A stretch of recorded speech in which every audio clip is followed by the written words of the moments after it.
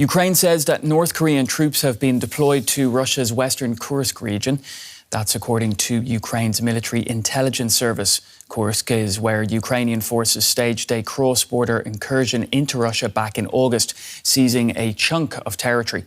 South Korea, NATO and the US say thousands of North Korean troops have been training for combat in Russia's east in recent weeks. This video, according to Ukraine, shows North Korean soldiers at a training ground in Russia's far east. They are wearing what appears to be Russian military uniform, potentially preparing to fight in Ukraine. Kyiv says that first North Korean soldiers have already been deployed to Russia's western Kursk region to counter Ukraine's cross-border offensive. This comes as Russia ratifies a defense treaty with North Korea. The treaty pledges mutual assistance if either country is attacked. As for our relations with the Democratic People's Republic of Korea, as you know, our strategic partnership treaty was ratified only today. There's Article 4, and Russia never doubted that North Korea is serious about Russian cooperation. But what we will do and how we will do it, that is our business.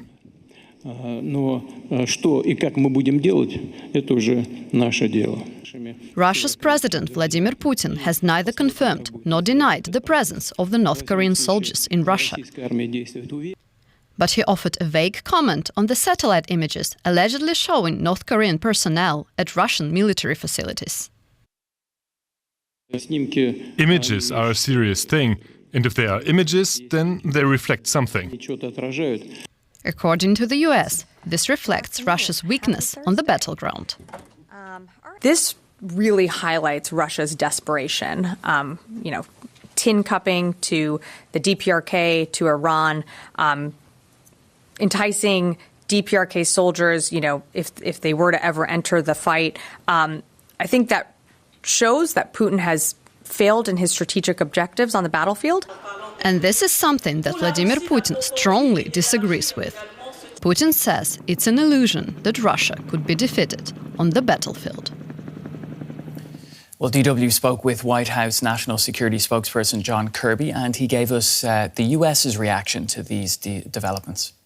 Make no mistake, this is a concerning development, the potential for North Korean soldiers to be used by Russia to fight Ukraine. Now, whether they'll do that in Russia, whether they'll do that in Ukraine, we don't know right now. The other thing it shows us is how desperate Mr. Putin is for manpower. I mean, he's losing 1,200 Russian soldiers per day. And over the course of this war, more than 530,000 casualties, Russian casualties. And it's not like he's being very honest with the Russian people about the losses that he has sustained in this fight. So it's a definite sign of Putin's weakness, no question about that. But again, we're going to talk to allies and partners, and we'll have more to say in coming days about what options may lay before us. Well, let's go to Kyiv now, where I'm joined by DW's Ukraine correspondent Nick Conley. Nick, great to see you as always. So does the Ukrainian government share the White House National Security spokesperson John Kirby's opinion that recruiting North Koreans to fight in Ukraine shows that Russia is desperate? I mean, certainly it is getting harder for Russia to recruit people to fight in Ukraine. They're having to pay more money. There are even discussions in Russia, or kind of briefings, you get the sense that they are considering mobilizing people, something they've tried to avoid doing, trying instead to get people to come fight with financial enticements. But there is also another element that people are kind of talking about here in Kyiv, and that is, especially ahead of these US elections, Putin is doing all he can to make it look like basically Ukraine's fight is hopeless, that he has unlimited resources left to go, and that he can now tap in potentially into this huge military kind of support pool from North Korea, not just in terms of missiles and ammunition, as has previously been the case, but now in terms of boots on the ground. So he's really, dialing up everything he has to try and make Russia's progress look as kind of certain and as limitless as possible, in the hope that that kind of beats down any kind of morale among countries trying to support Ukraine, especially in Washington, and would then force potentially a new US government to then dial down the support and to basically force Ukraine to come to negotiations on Russia's terms. Nick, Ukraine says that the first group of North Koreans have already arrived in Kursk. So if that actually proves to be the case, how big of a boost would it be for the Russian army in that region?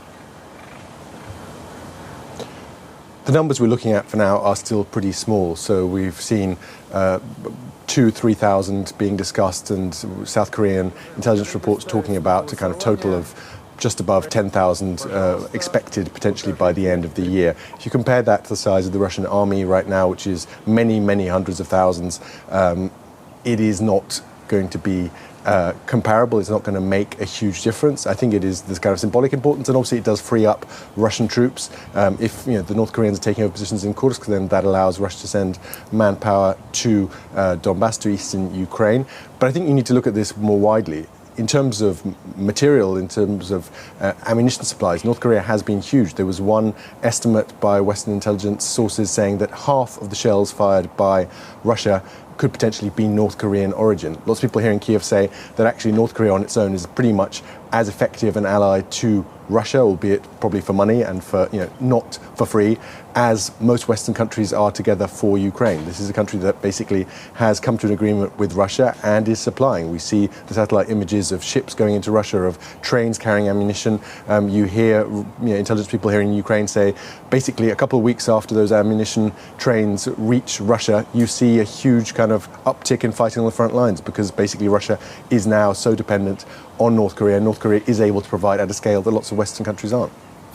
Now, looking at it from the perspective of Ukraine, what is Kyiv doing to deal with this development in the war? So I think there is a sense that this is really something that will get the world's attention, that lots of other recent developments on the front lines have struggled to keep people's attention internationally, but this is something that really is a new quality to this war. And then there is obviously the factor of South Korea in all this. South Korea is, the Western allied country that is basically best prepared for the kind of war that Russia is fighting in Ukraine right now. Obviously, South Korea never really ended the Cold War. They have been in expectation of an invasion from the north for decades, and they can provide weapons and ammunition at a huge scale. We've seen Poland, Romania, Ukrainian neighboring countries getting a lot of supplies from there. So there's the hope that South Korea will reply and restock Ukraine in a way that will really make a difference. Thanks, Nick, for that update. DW's Ukraine correspondent, Nick Connolly, joining us from Kyiv.